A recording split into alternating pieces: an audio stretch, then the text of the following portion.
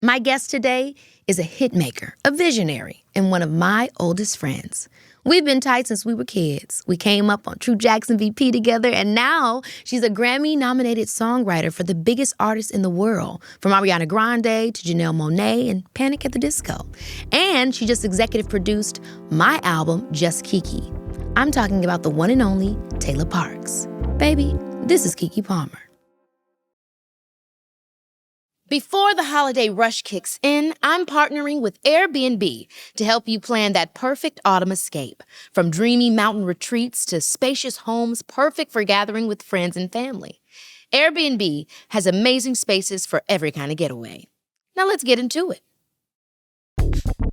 Tayla Parx in the house! Yeah. Yo, it's so funny because you were just talking about, like, it is very weird that we're here in this, hosting, guest show type thing because, damn, girl, I've known you for 22 years. Yeah, I literally came into the building and was like, it's so, man, we out here.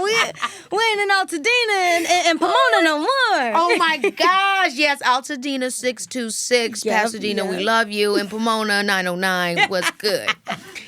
Oh my gosh, I remember those drives when we'd be going out there to have the cookouts. Y'all coming over there, Larry cooking, us going over there, Dame and Teresa cooking. Yeah. It is so amazing to see how far we've come. Sometimes I feel like I have to pinch myself because, wow. Yeah. And it's not until these moments where you get with somebody who's literally been with you through all of them, they're just like, oh, this is crazy. It is so crazy. We're about to get into all that. But first, I got to get into your pre-show pull-up questions because I'm trying to see where your headspace is at. Okay. So today I'm giving country with a side of which is you all day, every day, Texas girly, but then also because you live in Nashville now, which was so crazy to me. I mean, you live in a lot of places, but Nashville is like, you really started to make it your main home. So that country is definitely coming through. Absolutely. Today's mood in one word, as always, silly. What did you listen to on the ride here? Olivia Dean. Yes. So good. And then who's this nice to each other? Oh, that's the name of the song. Yeah. So Olivia Dean, I'm actually not familiar with her. Really, really dope.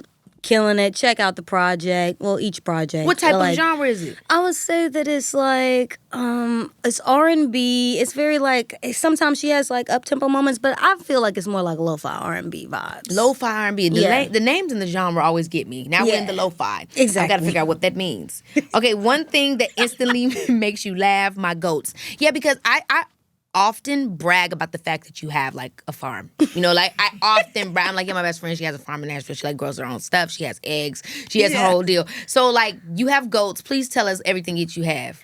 I have goats, chickens, ducks, sheep, pigs, and then dogs, and some barn cats. And it's so crazy because I remember when this started to begin at your other house in LA where you were just getting into the plant mom thing. You was growing everything. And I was like, okay, she's really into this nature. Like, and you always have been into nature. We both love being outside, but you really love learning about the nature type of stuff. So the fact that you have a farm now, I feel like it is the perfect evolution of Tayla from when we was kids. It makes a lot of sense. It makes a lot of sense. Okay, and then last screenshot on your phone, and do not cheat. Because if you were cussing somebody out... That's fine. Tell us who it was. Well, my last screenshot was me basically telling the head of a label, I was like, I don't do more than 3 sessions back to back with strangers. I don't know what's going on. Like, if we like each other, then we can talk about getting more on the books. But like doing 3 and 5 days and then I'm trapped. That is so, first of all, I live for the Virgo. I live for the advocacy. I live for you telling the label man how you doing. I'm like, please. I'm like, look, this is just what I want to do I just don't want to be devastated for 5 days just in case we don't like vibe creatively. I really do want to get into that with you because I think I've seen your journey in the industry from acting, music. I mean, everything you do. We're both multi-hyphenates. But I remember early on in the music industry, you going to the studio real late, working, you teaching yourself how to engineer, teaching yourself how to produce. And then now you're at this place where you can advocate and say, look, this is how I run things. But what was it like getting there? Because I don't think people realize how it really is impressive to me because you really did so much of it on your own. Yeah, I think, like growing up, like we didn't have family in the entertainment industry. It wasn't like, oh, let me just call up my cousin and he's going to get you to this thing. It was literally us deciding to move here and then whatever connections you make from there, that's what you make, and we'll see what you make of it. But all of a sudden, it was just like, it would be like a mutual friend, like me and Leon meeting each other. Oh my gosh, Leon Thomas, period. Yeah, you literally told me, you were like, I have somebody that you're gonna love him. And before I was even on Victorious, even a little bit, it was like we had just known each other because you told me that I would always love him. So it's so interesting because then we end up learning how to like engineer and do all this stuff over iChat. Remember that was the whole thing? Girl, I remember you be at the house singing, having me redo. Oh yeah. I forgot we remade that song, and because you knew how to do the stuff, and you were so even that early on. Because I remember it would be you, it would be my Sean, it would be Tori Kelly. Yep. Every other day, I feel like you were like going to the house, working with them, and I mean, we were all in the IE. All in the IE. I literally remember that. And I was like, "What you doing today?" Tayla, like, "Oh, I'm just going there. We're gonna produce a track." Blah blah blah blah blah. Yeah. And that was like the early. But then you moved closer to the city, and I mean, you would be in the studio with Babyface. You and Leon would be in the studio with Babyface. You were like, what, 18, 17, 18 at that time? 18. And it's so cool also to see all the different ways that you've moved through music, because your first love, like most of us, R&B, soul, but you've dominated so many different, I mean, when I think about High Hopes with Panic at the Disco, right? And then I think about, we're talking about pop, Fifth Harmony, Ariana Grande.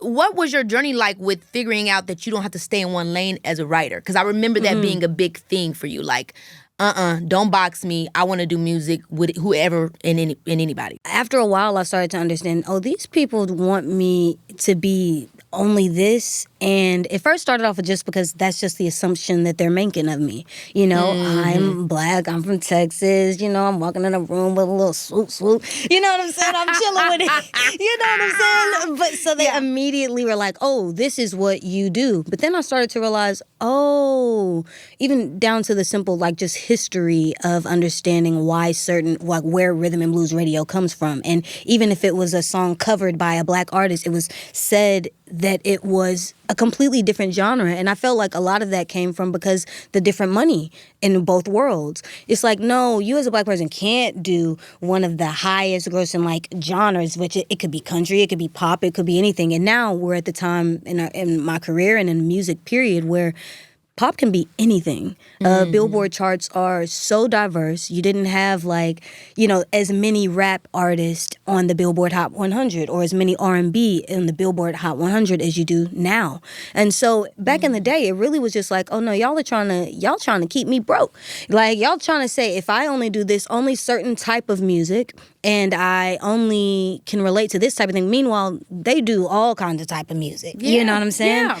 So I was just like, you know what, that's not for me. And then the other side of it is I like to always be a student. Like, if I'm writing with the same genre, I'm usually writing with the same people then. And that means that the same producers and all those other things. And saying, hey, I'm going to do jazz this year gives me an opportunity to collaborate with different kinds of people and to be just always learning. And it's so interesting what you said, because honestly, pop music really is just popular music, and it could be any genre. We see it all the time where it's like, oh, this is a hit and it's hip-hop, or this is R&B, whatever. But I am curious of your opinion of why does it seem like sometimes R&B is struggling in that regard? Like, why is the money not being put into it? But then we can have a situation like with Ariana Grande, who definitely, especially early on, was doing straight-up R&B, and it was deemed as pop, or it was not, totally put in that same category that somebody maybe like Summer Walker's album would be put in. What is that about? I think it's just different industries within one, which is so strange. Even the way that you do your splits in pop and R&B and hip hop are very different. Wow. Like there is a such thing as a pop split, which is weird. What is it, if you can say? It's basically just saying like, kind of what they do in Sweden. Everybody splits everything evenly. Even if you were snoring in the back of the room, you get it hell even. No. And that's the part where I'm like, we could do a little something, but no, if you snoring in the back, unless it's given, oh damn, he's snoring in the key of what's gonna be the song. Like I don't know. I'll even give you a benefit of the doubt. You know what I'm saying? God, but Tayla, please. But it works just differently, and I do think that has been used to control black creatives. I do think that it's been used to leave them always looking for some advance or some, so you can never be fully in control of your career. Oh my God. So when you look at somebody like Beyonce, for instance, and the statement that we're assuming she's subtly making with Cowboy Carter, what do you think that says to the industry, and does it help? The reason why I ask is because at the end of the day, she's Beyonce. Yes. So is that something that benefits others, or is it just like Beyonce yet again showing us she's great, you know? Well, I mean, I do think I will say that anybody who is going against the grain is making it better for everybody else. Like, I'm in the business personally of creating some new normals. And so whether or not you believe it's a country album or not, it's the fact that some other black woman looking at that, whether they're 10 years old, you know what I'm saying? Or somebody who's literally young as hell right now who doesn't even have anybody to look up to in that type of way. Yeah. It's supposed to be a part of kind of just molding what somebody else could see as the new normal one day. And so I'm like, okay, I really Beyonce for doing that. And for, you know, of course it's going to be a little bit different because, yes, you're Beyonce. Yeah. But just seeing how hard it was for even Beyonce to get there should show you how hard it is to be accepted into those different communities as a black creator. You know, there's been a lot of talk around about superstars. We don't have superstars anymore. And, you know, it was so cool. You and I were having a conversation when we were hanging out. I don't know if we were working on Just Keke or just we were kicking it. And you were just saying how superstars exist differently in every era. Like, you know, now, you know, when we're thinking about when Rihanna became a superstar, it's like everybody has to be real. No more than everybody's authentic. You know, in the Bruno Mars, when he initially first popped, it was about the record. We just need the, you know, I was really loving when you were breaking all that down. And so this question is twofold. The first part is, what do we define a superstar as now, you know, that we're maybe missing? And then two, are we just not making superstars anymore because artists aren't giving up as much control? Very good question. I feel like, like there's a few answers to that. First of all, are there not enough superstars because they're not giving up enough control? I wouldn't say that, but I do think that back in the day, it used to be like, I'm the radio man, you see? And I'm going to tell you what you like. I'm going to tell you what you like. And this is what we're going to spend the big bucks on. Like that type of thing. You know what I'm saying? Yes. So when you can do that, it's like, of course, this person is going to be the superstar because all of it's concentrated. You can concentrate. Like it starts to become a numbers game at that point. Because it's like, exactly. We're going to tell the people what they like. Boom, boom, boom. They're not going to have an option. I don't think there's enough concentration of eyeballs on one person for that to happen again. Like, we're already done with kind of the age of just blinding superstardom like Michael Jackson. And then I would say, like, the next thing would be a Taylor Swift. I don't know if we'll have another Taylor Swift. We have 10 or 20 years to find that out. Right. If somebody's going to be so massive, and that's not to say that we don't have stars, right? We'll always have stars, but I do think that this might be a good thing, that maybe it's not just 5 megastars, but there's, 30 or 40 stars doing their thing and having substantial brands. And it's maybe different. That's what we were always fighting towards, guys. I think that not that's as where much we're headed. Gatekeeping. Exactly. I think that that's where we're headed with that second part of the question, for sure. Yeah, and then what would you define, like, what is the personality of our superstars of today? I would say authentic, and that's really hard to be in this day and age. It really is, because you know that there's going to be millions, maybe billions judging you, right? I think in this day and age, it's really hard to be real. And even if you are being real, how do you let the people know that you're being real? With all these other things, it always ends up this being kind of thing. Too much. Exactly. And then it's like, they don't trust meta. you. We're super meta. Everybody's acting at themselves, watching you and saying, I'm acting as myself. Like, well, when does it end? You know what I mean? And I'm doing it too. Everybody does. Everybody does, because we grew up in the social media age. Girl. Maybe if we didn't have to think about it. Remember when you introduced me to MySpace? Yes, we was on being bad. I was like, there's this place on the internet where kids are coding. And we could talk to strangers. Come on. Yes, because Taylor, I was homeschooled. When we moved to California, my parents put me in homeschooling, but Taylor's parents let her perform and still go to normal school. And so she would find out about the things that were actually happening in real life. And I would be finding out from her. So she was like, yo, there's this thing called MySpace. And she was like, I think we should check it out. We got to just lie about our age a little bit. Because we were 12 and you weren't allowed to be on unless you're 18. When I tell you she changed my life with MySpace, we created whole communities. Yeah, we did. We had boyfriend brothers. Yep. Yes, literally. I was like, I'm dating this guy at my school, at my regular school. He got a brother. You down? What are we doing? Literally. We used to literally be like, let's go to the church and hang out with the kids. Then we could go see our boyfriends because our parents will let us, hang out with them. And why were we using church? Because they love that church hangout. Exactly. Honestly, we had to do what we had to do, and we loved praising God either way. Okay, we love them, and we're here with our men as well. Okay, well, now this makes me go back to the beginning when we first met at American Juniors, but I want to go before our meeting and how you even did American Juniors. Like, I know that I know this story, but like everybody else doesn't know the story, and we need to go back and relive that. So obviously you always had an incredible voice, but when did Teresa, your mom, decide to really, harness in on it? When I was in Texas, back in Dallas, Debbie Allen had a dance school that was there in Dallas, and I used to have 2 left feet, and you'll know this because this is how we ended up meeting, actually. So I just started to go with, Debbie Allen Dance Academy, and one day she ends up showing up. She's like, okay, I need somebody who could sing, right? And people knew me for the singing kid. They definitely wasn't being like, she's the dancer, you know what I'm saying? But so she came to school one day, to the dance school, and was just like, I need a singer. Boom, boom, boom. I ended up singing for her, and then she hit me with that old Debbie Allen. She's like, you can sing, but can you dance? You can dance, but can you act? You can act, but are you a like? She hit me with that. Oh my gosh, I'm on the floor. It was giving fame, it was giving fame. And so, she finally ends up meeting my parents and convincing them to like let me come out for certain summers, like for a summer camp in LA or something like that. And so that was kind of my introduction to, whoa, there's other things here. I can do acting plus singing, and at the same time, there's these musicals and all of that stuff. Yeah.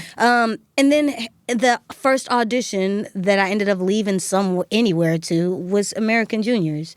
And American Juniors was just like, it was... So American Idol, for those who maybe don't know, American Idol is the parent show to American Juniors. They did American Idol, but there was an age where you had to start, and we were way too young. So then they did American Juniors, and it was as young as 6, 7. I think maybe 6 or 7 was the youngest. Yeah. You and I were about 9. Yeah. And she was from Dallas, I was from Chicago, and we both got the golden ticket to California. And I remember we were working. It was definitely like a fame school there. Oh, yeah. They were like, at 10 a.m. you do vocal lessons. At 12 p.m. you do dance. We're 9. Literally. But then we were both working on the dance together, and our moms kind of got together. And she was like, yo, Teresa was like, your daughter want to go over the dance with my daughter? You think they, collaborate, vibe out? And so we became instantly best friends. Like, I don't even know if I guess I knew the word best friend before then, but it was just so innate for us to be like, this is my girl. We were being bad, like literally splashing around each other in the water. I'm supposed to be getting ready for a thing. I'm rubbing off my competition number and stuff because I'm over here dangling in a jacuzzi. What are we doing? Unprofessional. We had a ball. Yeah. We did our thing in the competition. We went back home. There was talk of wild cards. Ultimately, we weren't going back to the show. But our parents stayed in touch. And my mom and your mom both were thinking about, which it sounds so crazy, but it's so common. The whole packing up where you is and going to California for your child to do a dream. Like, I feel like we not this fake ass Sharon voice. What is this? You fake. That's not her. It was thousands of kids that we knew that did this same exact thing. Which also made it scary because it's like you are one of thousands of kids that are doing this. Yeah. But my mom and her mom were like, well, hey, if you go, we'll go and we can be each other's family. Yeah. And so we moved. We both moved to California. Y'all moved to Pomona. We was in Altadena, so we were pretty close to each other. And we grew up as each other's family. Absolutely. And it was just so crazy when I think about it. I will never forget when you end up doing Lil Inez. Yeah. And Hairspray. That was a weird transition from acting and doing all these acting auditions because I was surrounded by a bunch of acting kids or whatever. And then eventually it was like, okay, I started to meet the Marshans and the Leons and stuff who were like, oh, well, we're musicians. Yes! So I was like, okay. But one day I just was like, oh, so I can do acting, but I can do acting behind the scenes. And there's also this music thing that I can do behind the scenes. And I can be on camera or off camera if I want to, or on the record and off the record when I want to. And that changed my whole life after like years of being like, okay, maybe I'll do like the acting thing, but something about it just wasn't the thing for me. I wasn't as passionate about that as I would be eventually with the music. But it's so interesting because we end up still, I mean, I think we all go through waves with that kind of thing, but we were always meant to be multi-hyphenates. Absolutely. And I think growing up, especially in the time we did, everybody made us choose or wanted to make us choose. And honestly, you just end up choosing what's coming your way mostly, right? If the gig's not there to get you, then I'm doing this now. Exactly. You know what I'm saying? Exactly. So over time, I think we were able to actually spread our wings and realize that, hey, I can actually do multiple things in this business. I will never forget the fun we had on True Jackson VP. Okay? That was so much fun working on that show together. What do you remember when you think back on that time? Because I remember two things. I remember us having fun. This was the time of our lives. But then I also remember us having some of the most intimate conversations about how much pressure that we felt. Because we were the ones in our family. You know what I'm saying? Like, they sacrificed a lot for us to be successful. Whatever that meant. And it was, I remember I could never express that with anybody else other than you. Yeah, because and I think a lot of our mutual friends and stuff like that, it was like they were friends, but they were more competition than they were friends.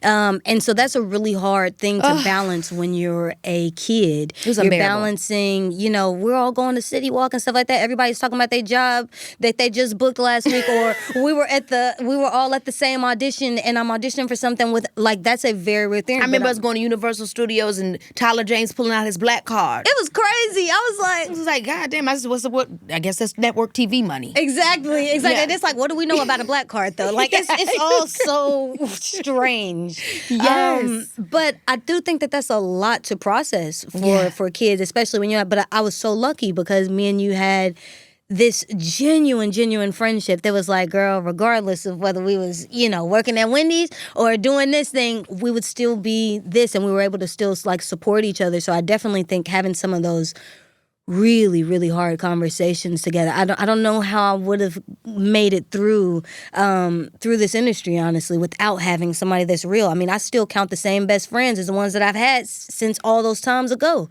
I couldn't agree with you more. I mean, you're such a critical part of my life and my evolution of who I am as a person and a professional entertainer. I'll never forget when me and you got into that big fight and I ended up writing Rainbow on Literally. So Uncool. Still my song. Guys, it's still my song. Guys, the song is way too dramatic. Literally, I try to do this Justin Timberlake breakdown in it, so it goes from one vibe to another vibe. And literally, I'm singing, a rainbow turn to black and white. Every color disappears when you are not here. Why was I that deep? Because we was loving No, because each other. Tayla would be coming over. Every time, we always talk about it's the Virgo of September and the Virgo of August thing. Yeah. Whenever Tayla would come over and we would hang out, she would be so chill. She never acted excited because she always kept it inside. And I would be like, Tayla. And I was like, I'm tired of every time that you come over, you're not happy to see me. And I would be looking like, stupid. I am. I'm so excited when I get into the car. She's like, you got me out here looking stupid. I'm like, I'm so excited inside that I literally just shut down. I'm just like, it just completely, I'm overwhelmed and overstimulated.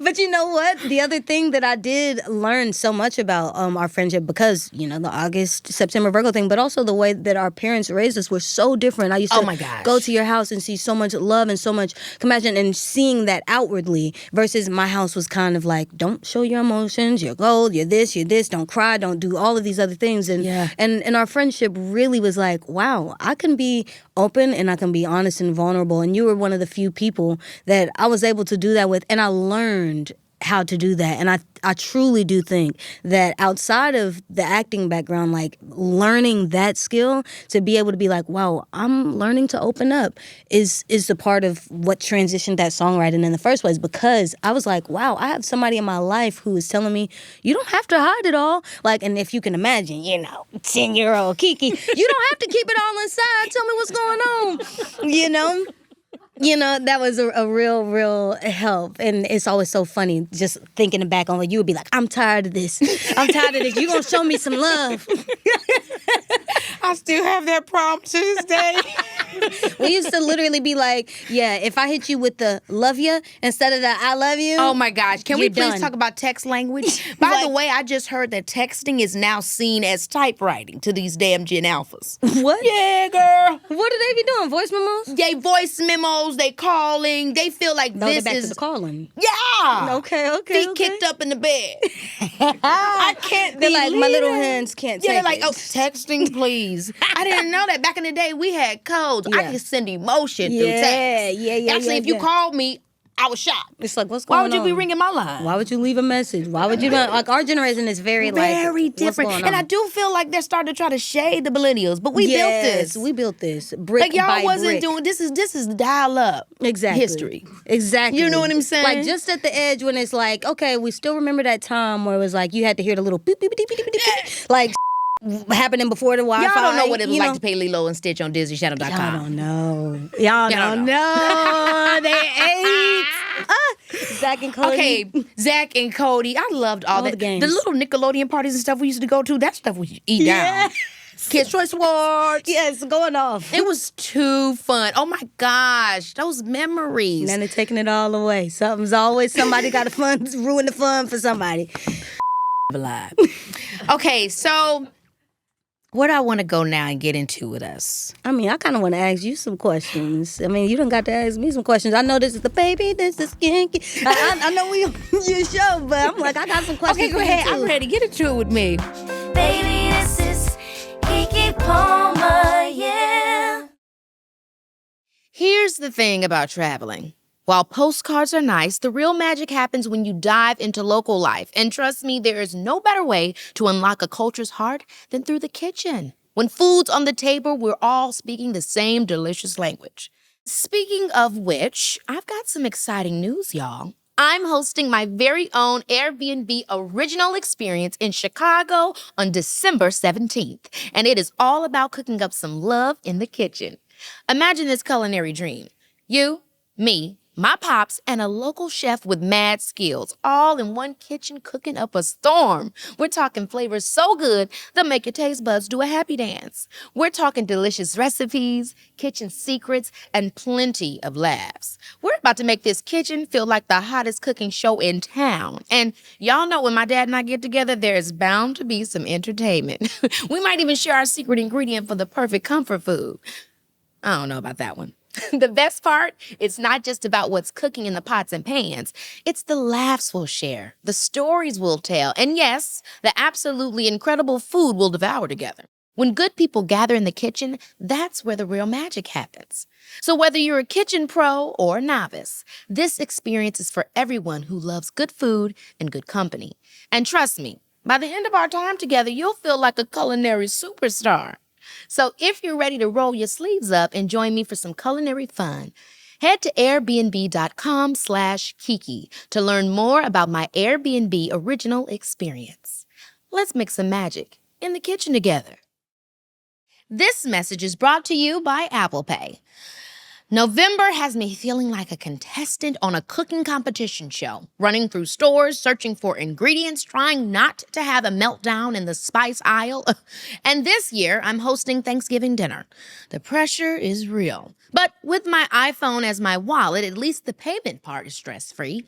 You know that moment when you realize you need like 17 different stores to get everything on your list? The fancy market for the turkey, the regular grocery store for basics, the specialty shop for that one specific ingredient your auntie insists makes the mac and cheese perfect. I felt like I was on a scavenger hunt designed by an evil genius. But here's what made my turkey chase less stressful. Every time I spotted that contactless symbol at checkout, I knew I could pay quickly and keep moving. Apple Pay is designed to be secure with Face ID built right into my iPhone, so I wasn't worried about using it at every stop.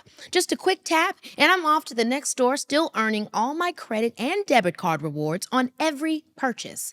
It's faster and easier than using physical cards or cash. The real moment of gratitude came when I was juggling 3 bags of groceries and my iPhone started ringing. My dad calling to remind me about the specific brand of cornmeal he swears by, as if I could forget after last year's cornbread fiasco. Anyway, with Apple Pay, I didn't have to perform a whole juggling act at the register. Just double-click, Face ID, tap, and done. No fumbling with cards or dropping bags required. Plus, Apple Pay doesn't keep transaction information that can be tied back to me, so my dad's secret ingredient stays secret. When I realized at 9 p.m. that I forgot the fresh herbs, Apple Pay saved the day again. It's accepted at millions of places worldwide, whether I'm shopping in stores, online, or in apps. That contactless symbol was like a beacon of hope in my time of culinary crisis. Even if I lost my iPhone, my card information would still be protected.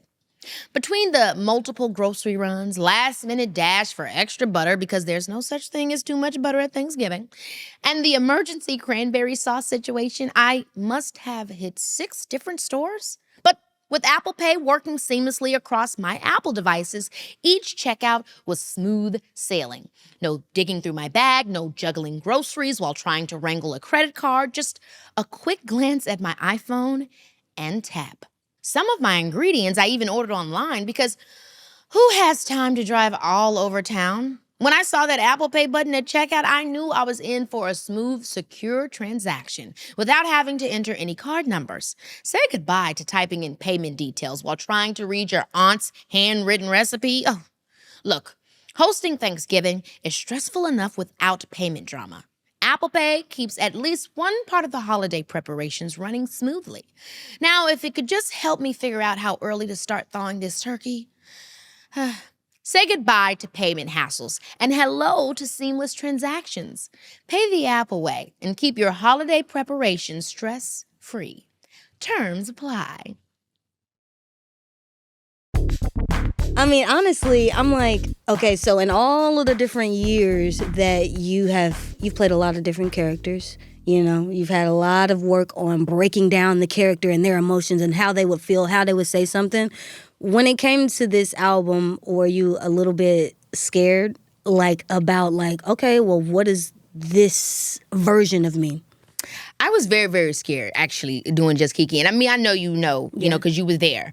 I think it's so interesting when I hear you talk about me when I was younger and just like how vulnerable I was and how I was not just expressing myself, but I was embodying what I was expressing. I think as I got older and being so in the public eye, it became so much harder to embody that level of vulnerability. It just was, my performance became to be the show, and I just kind of almost disconnected from that side because some of it was really hard and heavy to hold. Yeah. And I think when everything happened that even led up, in my life, that led up to me doing the Just Keke album, it was very much a come to Jesus moment of, no more performing strength. Just live in it and experience what it is you're experiencing and let it really overwhelm you. And I just remember me, in my mind thinking, if I'm going to do another project again, and my art means so much to me, I have to be 100% in it. Mm-hmm. And there's no way that I'm going to be able to do this without Tayla. Mm-hmm. You know what I'm saying? Because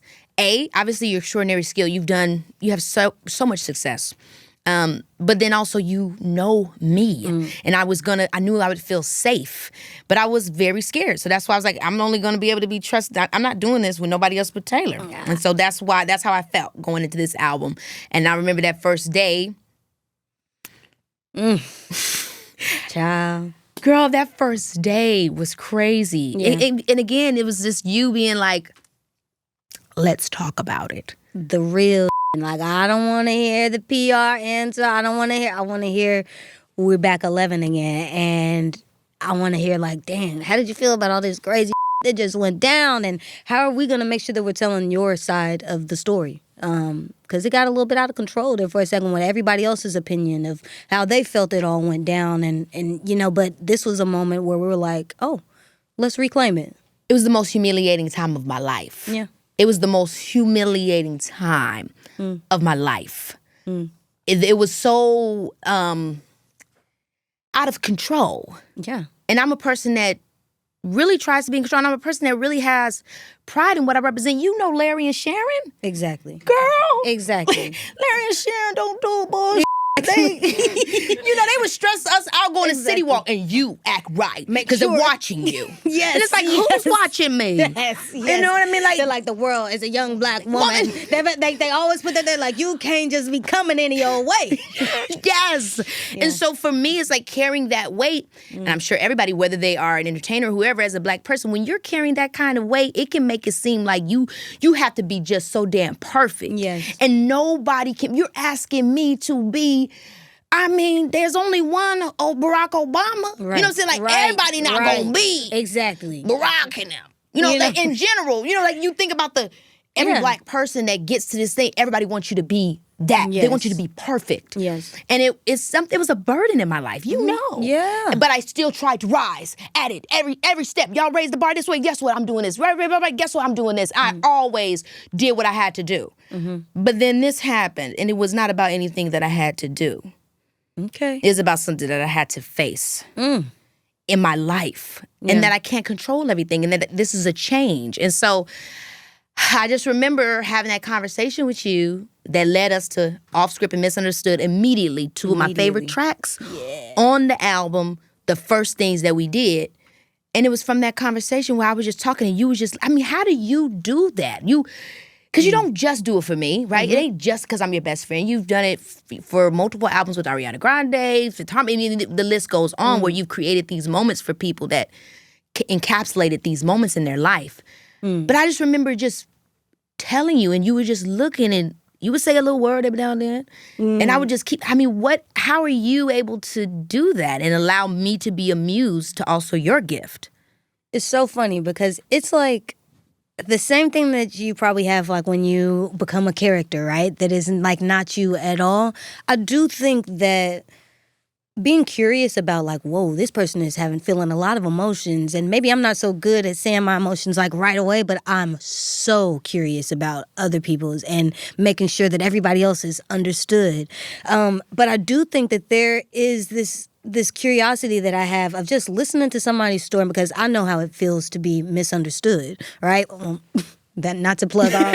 Like, I know how but it's the worst feeling in the world. So as a songwriter, my only job here is to make sure that you feel heard. You know what I'm saying? But you also so skillfully, inside of the emotion I expressed, you wove in, or it was woven in, the narrative within the narrative, which is off script. I'm an actor. You know what I'm saying? Yeah. So we're talking about two relationships. Yeah. Not just my relationship with my craft, with this guy, but with my audience. Not only did he misunderstand me, but so did you. Yes, absolutely. So we're also talking about the parasocial relationship, which is the overarching theme of Just Keke as well, where it's like I'm using one relationship to lead you into another relationship to reflect this relationship. Absolutely. That's honestly, like, you've got to be able to, as a songwriter, to tie in all of these different moments, because you could also be the person writing a song that gets them read. Like, you know what I'm saying? You don't want to be that person that's like, what was this song happening? You know, and, you know, you could be a part of it, and you have to just, I take so much pride in the fact that this is going to be somebody's very real emotions. Now, if they get read and it's still real, well, at least we got it out. Yeah. You know what I'm saying? And it's real. And I'm going to make you as likable as possible when we do this like little thing, you know, unless that's not the intention or whatever. Yeah. But I think that that's the realest thing, like, and so special for me to be a part of, is when somebody's like, this is exactly what I was trying to say, you know? So I'm so thankful that you got to feel that as well when working with each other. Oh my gosh, I felt it in and even on the ones that I had nothing to do with writing wise. I mean, when I think about Unless It's You, when you turned that on, because this was at the end of our creating the project, and you were like, I got another one that I want you to hear that I think would be right. And you played that song, and you're like, I think it's gonna round it out. And I remember hearing it immediately, tears in my eyes. You remember? I remember you because she made you have tears in your eyes. It was one of when the you cry, girl, one of the most beautiful songs I had ever heard in my life, and a power ballad. We don't get that often, but you still somehow made it feel now. How did you know that was a project that we needed on the album? Because we went through a lot of different phases. We went through the beginning of the love story, you know, with my son's father, to the crash out, the building burning down. The aftermath, but also we made space for what was. Absolutely. I think that, especially when you decide to say, first of all, to be this deeply involved in a project, and then also co-executive producing with you, it's like, from track 1, I'm trying to see what track 13 is going to be. From track 1, I need to understand and make sure that I walk away from this album knowing that people got the full side of you right now.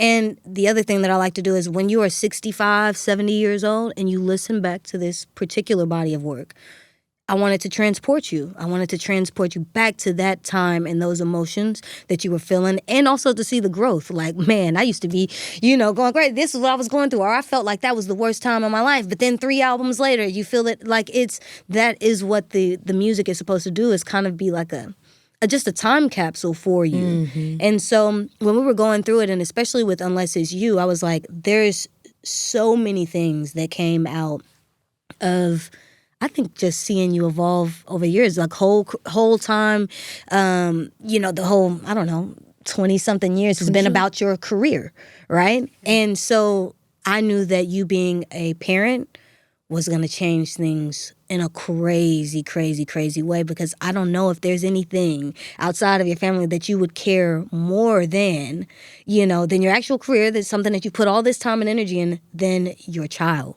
right? And so with your child, and then of course, even just being vulnerable enough to love somebody and let somebody love you, those moments have to be on this album. And regardless of if that love has evolved since then, right? But it's good to talk about those moments, because then you get to know, like, okay, well, this is how we got here. And then the next album, they'll understand what it evolved into, what it didn't, whatever. Yes, because I often say that to people with Unless It's You, and I do think they get it. Like, it's so true that it captures the risk and the vulnerability, but also the farewell. Mm-hmm. Of it can be what it is, even if it didn't become what it needed to become. Boom. And I think that's sometimes difficult, but it's the honor. Yeah. Of what that means. Oh my gosh. So when I said, hey, I want you to do this album, mm-hmm. what was something that you thought to yourself that you wanted people to know about me through this body of work that maybe only you've seen, or you've known that you would want this project to help them to see about me? I think personally, the more like serious and intimate side, because a lot of times, like, you see people and you're like, the gag is, and like all those other things that make you so funny and so you.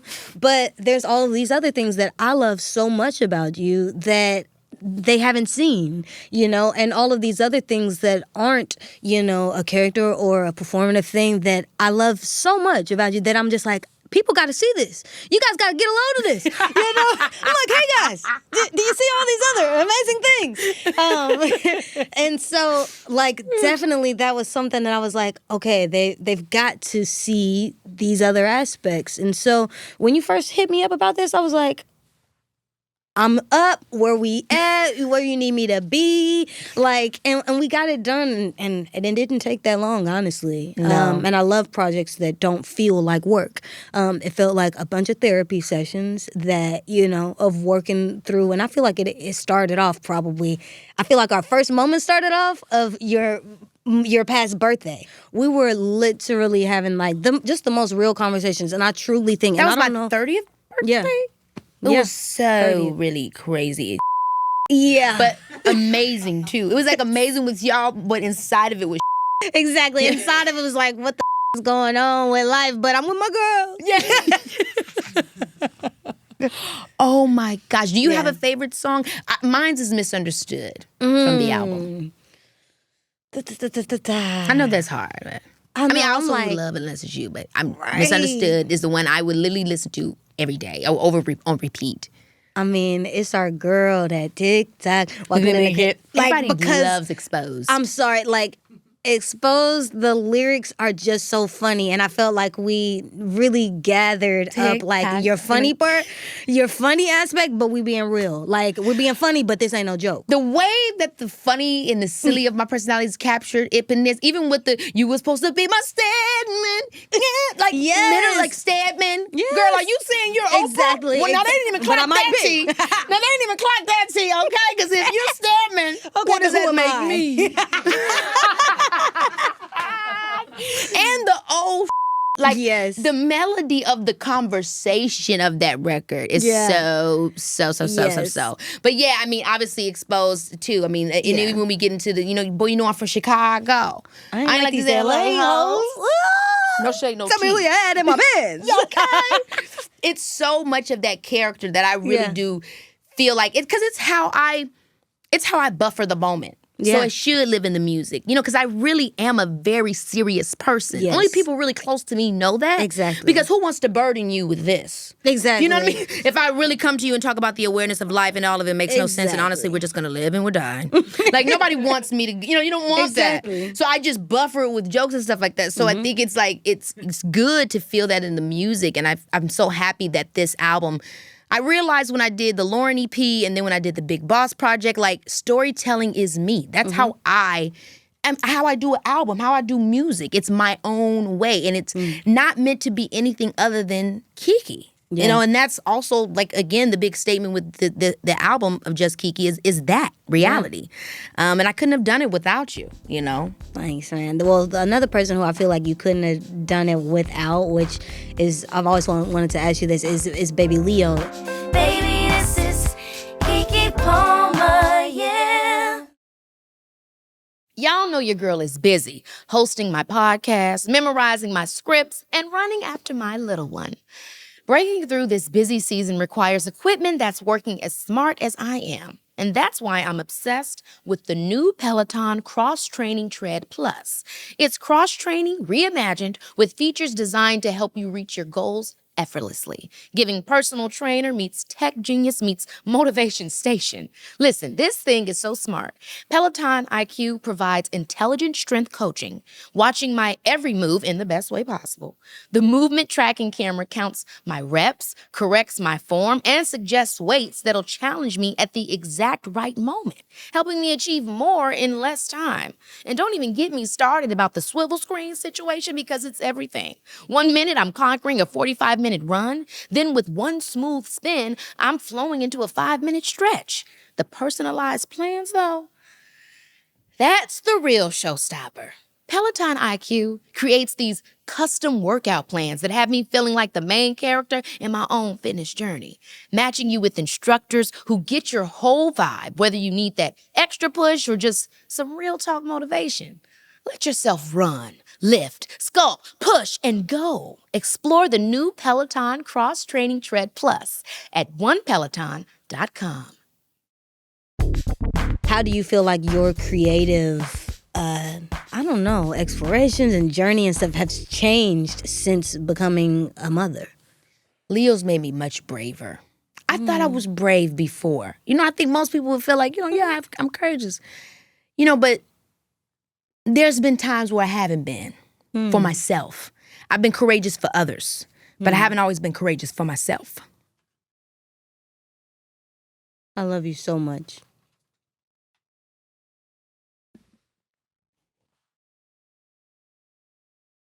A lot of times, what kept me going was what I'm doing for my mom and dad, what I'm doing for the twins, what I'm doing for my family. That's what gave me courage. But when it came to being able to speak up for what I wanted, I never could do it, Yeah. But when Leo came around, Leo made me feel like I could do anything for me. And that's different. That really is different, because it's like when you're the kind of person that is always like, your identity is based off giving. Yeah. It's outward. It can be difficult to understand how to make that twist and transition, but children are always going to be, my mom says that all the time, children are our gifts. They telling us what we need to know and what we are meant to truly be.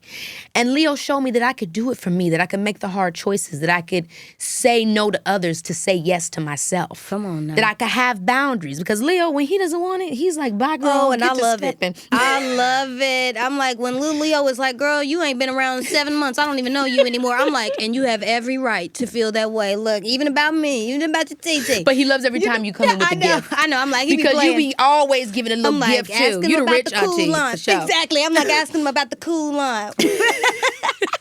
No, but I love that. And it's been so amazing and inspiring just seeing, like, when you've been that same way since you were so freaking young, and then you're able to make that transition, and making that transition for your son, and with your son.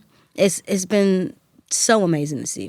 And it's crazy you bring it up, because I just need everybody to know you were right there when he was born. Yes. You're putting up his whole bassinet, his and crib, washing his little clothes, washing his making sure it was yep. organized, getting his room ready. Yeah. You came right there in Connecticut. You was Yep. right there. You and Nora did Yep. everything, showing me doing videos the whole way while I'm up in there. Can't feel my legs. Yeah, I didn't Girl, like that part. I was like, I was don't pushing like that button every damn minute. I Like, didn't like you in the hospital part. I was like, okay, now make sure my friend good back there.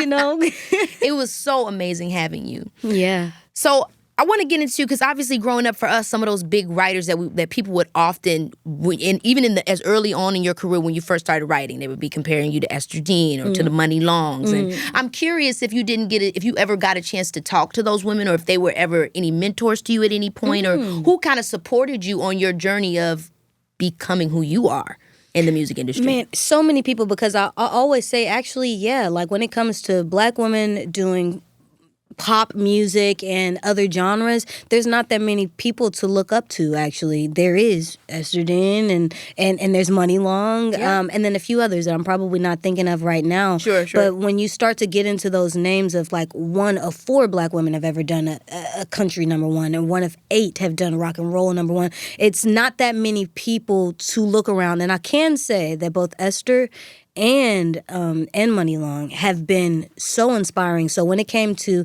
I felt like I was running into, like I was procuring a lot of the opportunities for myself, but there was always some guy wanting to come in and say like, okay, I want 20% of everything that, and my Not whole the pimp language. Exactly. I'm like, I just want you to get a percentage of the things that you bring in, you know, or whatever. It just depends on that. Like, I'm not asking for anything crazy. And so I went to, I asked Neo and Esther Dean these questions because I knew that they would understand. I was like, do you think I should just say, you know, it, like, because this is just the way that the industry has been, right? You know, boom. And they were like, nope. You stick with your guns. And I was like, okay, so if these other writers can do it, you know, I can do it. So that's what the conversation that I had with them. And then with Priscilla or Money Long, seeing somebody who's definitely giving Virgo down. Yeah, another Virgo on our hands. Virgo down, seeing her really, really stand up for herself no matter what, because our industry is so based off of being relevant and being likable, and sometimes you can be, you know, you can be more relevant and less likable or whatever it is, but you're so concerned about all those things because our industry makes you feel like we can't wait to replace you. Actually, we'll get somebody for a third of the price if we can replace you because they haven't been around as long. Exactly. They haven't achieved as much, you know? Oh my gosh. So, yes. But when you have women like that you can look up to and say, no, they stood by it, and seeing their evolution. Money Long as an artist, Esther Dean as an actress as well, like it just gave me even more reason to say, okay, and some Black girl will be looking at me one day and saying, oh, yeah, like she's been able to get like #1s in 7 different genres. It's impossible for me. The way that I think is if one person has done it, then anybody can do it. But I just need to be one of the people who does it. Yes, and I love hearing that they were there to give you that good advice. I think that's so important because it's so true what you said, where we often see this industry wash, rinse, and repeat. And we especially see it in female rap, where it's like they use the newer girl to take out the older lady. Absolutely. And then now they keep on doing it. And I mean, and it's really interesting because I feel like to me, it's like it isn't allowing the craft to move forward. Mm-hmm. Because nobody knows where their enemies are coming from. Absolutely. And know when to talk to each other because it's all so competitive instead of it being collaborative and us getting some amazing new records or new sounds or whatever it could be. I mean, how do we fight against that, you think? Because I know you do a lot of that with writers, I mean, in the community with trying to get things changed and moved and getting more respect and getting more of your earnings. But how do we continue to move up against the corporate side? I mean, obviously we have to learn more, but how do we put the power more in our hands so that they can't pit us against one another? Ownership. I'm a true believer in ownership, and you don't got to own it all. You don't got to own everything. You don't have to own it all at the same time. But you have to have some type of. I got really tired of saying like, "Oh, can we do this?" And they'd be like, "I got to ask the boss. Who got to ask the boss's boss, boss of all the boss." And I'm like, who am I talking to here? Because nobody wants to take accountability. If there's always somebody, I would rather you tell me, I don't think that you are worth paying.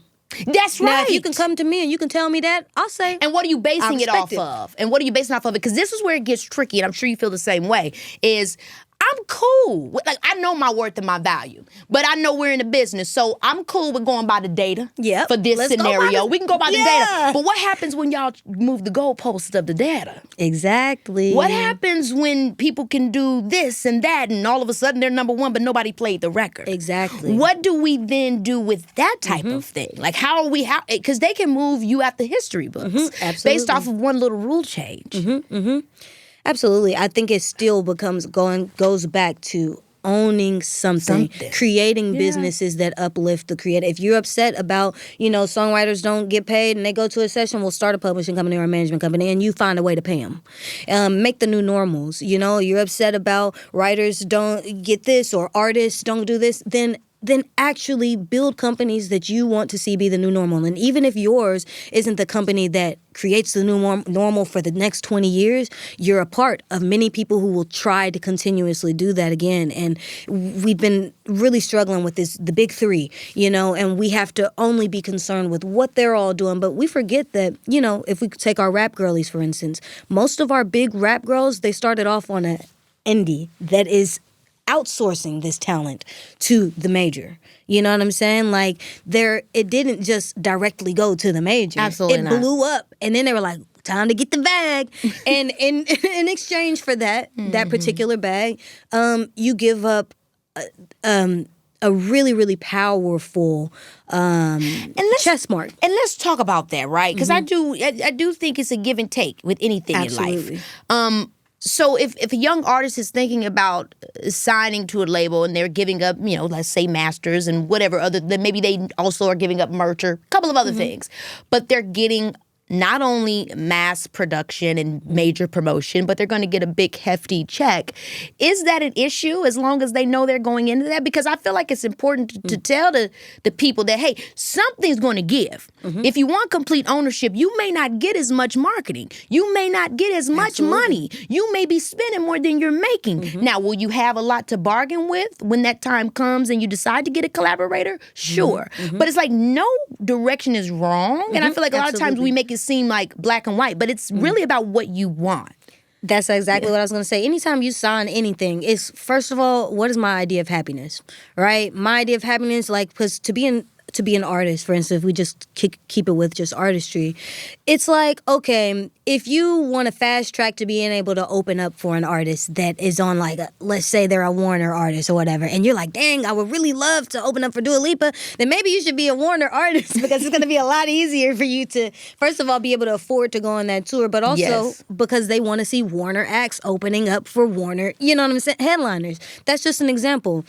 But the other thing is like, okay, what is my idea of happiness? Do I want to do arenas? Do I want to just be able to sell at the Roxy? Do I want to earn my merch? What is your idea of happiness? Because that's how you know what kind of building you need to be in, what kind of structure that it looks like, because those are two completely different ways of going. And every now and then, we talk about this all the time, like the artist, and the superstar, like in that type of way. Sometimes they become one, like they are one thing at one point in their career, but a lot of the time, the pop star is not willing to do what the artist does, and the artist is not willing to do what the pop star does. Period. Those are different things. And it's totally okay. And both make the world go round.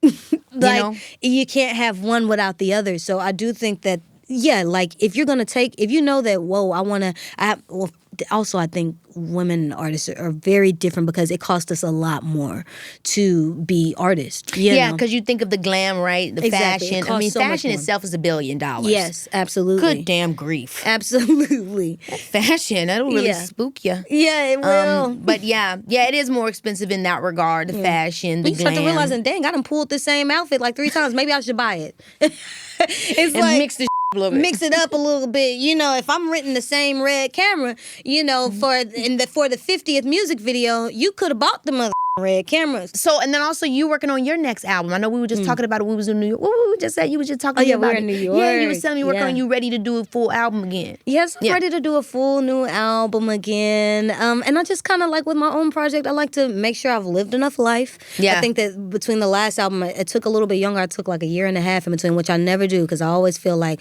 the longer that you take, it's like, the harder I got to catch you up on this and this and this and this and this and this. And it's like I'm 5 years older. Of course, there's much to catch you up on. So I try to make sure that I'm talking to the people sooner than later. And so, yeah, definitely in between projects, I've just been I'm in the very early stages right now of just shaping it all. Yeah. And I'm excited for next year for it to come out. I can't wait. I love everything that you do. Yeah. And I want to go back down memory lane because my dad found this in Chicago, girl. Come in on. the garage. Come on. That you made me for one of my birthdays. Yeah, you made this. T and K, Yep. best friends. You see this done left, but the friendship remained. Exactly. Okay. Best friends. So let's see what this is. Okay, yeah, this is us, 9 years old, when we were doing American Juniors. First picture we ever took together. I mean, we got our numbers on. First of all, look at that hair. You always love cutting your hair. You used to piss me off. I know, Hair always long down your back. So what am I supposed to braid now? Exactly. I was always braiding Taylor's hair and wrestling her and tackling her. Yeah, but I'm like, look, I'm the small one. I was never winning. I was never winning. And then you were trying to force me to play basketball. Remember, you was the first person I think that made me watch Love and Basketball. Yes. Because you loved that movie. I loved that. And I kept trying to literally find that type of thing. I was like, I'm going to find me a little you Love like and that Basketball old song thing. in the end. Yes. What was that song? Michelle Indugla, something like that. You made a fool of me. Like, what was I going through? You loved that song. We used to watch that movie all the time. Yes. And play that one fighting game in your dance room. Dance Dance Revolution. No, the fighting one. Oh, You remember? It wasn't like Tekken. It was something else that your dad had. We used to play it a lot. I feel like I know what you're talking about because I can see the character, but I don't know. Oh my gosh, here we go. This is what I was talking about when Tyler pulled out that damn black card. Yeah. And we was like, damn, what is this? You can see it on his Who smirk. are you, He's like, Jay-Z? yeah, exactly. He was looking like Jay-Z too with this look. I mean, hanging And then with the Taquan. players. Yeah, hanging with the players. LOL. Yeah, because Taquan always was trying to act like he was a player though. He was. We look so cute. I love Oh, this is the 14th birthday. Oh, yeah, we had an 80s themed birthday bash. That was really fun. Oh, yeah, and I actually feel like that first picture might have been on the cake of the birthday bash. So one of these little pictures, something like that. Because we always brought that picture back. Oh, these was Yeah. our first boyfriends. Oh, This is our first little boyfriend. That's Exactly. Brandon and Hey, Josh. y'all. Hey, Josh and Brandon. Oh my gosh, yes. So this was the guy that Taylor was dating when she was in middle school. Josh. And on MySpace, you introduced me to his brother, Brandon. That would go literally on. I was still around with Josh, until my 20s. On and off until my 20s. That was your that was a bookie good butt. one. I Yeah. really loved Brandon for a long time, Yeah, too. you did. You did. Was getting in all kind of trouble. I'll never forget some of the stories. Girl, because then the industry girls found him and all of a sudden they liked him. Exactly. No, y'all do not like him. He don't got nothing for y'all. Exactly. They just wanted we've to been be hanging out in Pomona. because y'all wasn't getting booked on them movie roles. Y'all was mad I was taking them parts. Exactly. So y'all trying to take my man. They This did. is girl, that so was funny crazy. seeing me like in this little dress and everything. I'm like gay as hell now, and I'm like, I'll still wear a dress or something, but with the tight little body, I'm like, okay, she's giving her. Holly, no, bitch, you always eat down. Today, then, don't matter the look. Yes. Oh my gosh, so cute. But we did go through so many phases because what was I, Mary Poppins? Why was I trying to act all sweet and innocent?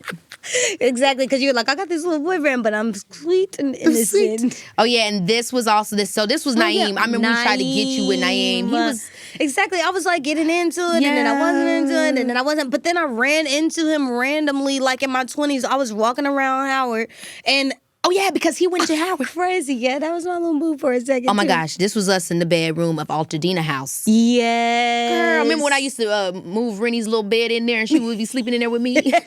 And then I would get mad, like, Rennie out. You're out now. So mean. And now Rennie is one of us. She's like out here. I'm like, Rennie, Rennie is not you being grown. grown. Yeah. Grown. Okay, now this was one of my best birthdays of my entire life. You remember when we was Universal City Walk Yep, sleepover. yep, And we made yep. that video, but because Yeah. YouTube changed the rules, they ripped our video down. Crazy. Because of all the music we used in it. Oh, yeah, This they was like before copyright. they did. Exactly. Girl. So that's Crystal, that's Kashawn, that's Angelique, that's Yep. me, that's you. Obviously, Yep. that's Maya. Maya. Oh my gosh, and then Corinne, baby Corinne. Not so funny because Maya, I met on MySpace. And obviously, like I didn't go to to real school, so I would try to come up with these lies where my mom would be like, yeah, we met her at one of the events, like, and so yeah, like, but I really met her on MySpace and I wanted to hang out with her at the mall. So I was like, Mom, yeah, we met her. You know her family and everything. And then we'd show up at the mall and we meet for the first time. I was always doing that. That is hilarious. Trying to just have friends. Exactly. And friends who weren't in the industry. Yes, like regular friends, which is like something like touchy. It's like sometimes you wanna know thy enemy. Sometimes, you want to know, but sometimes I feel like this is when we got Razor phones. Yeah. And then the little sidekicks. That Oh my gosh, girl. Okay, and then this is the last thing you wrote. It says, nothing makes me more happy than to know that I have such a close friend. Know that you're down for me is reassuring. It's the reason I'm always smiling. Love you, Taylor, BFF. And handwriting was everything. Let's just get into that real quick. Because mine looks like chicken scratch. Oh, crap. I was over here like a little Gorgeous. bit of cursive, a little bit of... This is so funny. I haven't seen that probably since I gave it to you. Girl, literally. I love you so much, Taylor. I love you so much. Thank you for coming on the podcast. Yes, I'm like, we out here in the building. Come on, look at that. You done got you a son, everything. Baby, this is Keke Palmer. Yeah. I love you real bad. Thanks for having me. Tayla Parx is the real deal. An artist, a boss, and a friend who knows how to pull the truth out of any moment and make it sing. I'm so proud of Just Keke and what we created together, and even prouder of the woman and force Taylor's become. Thank you for sharing your heart, your brilliance, and your Virgo magic with me. Baby, this is Keke Palmer. Baby.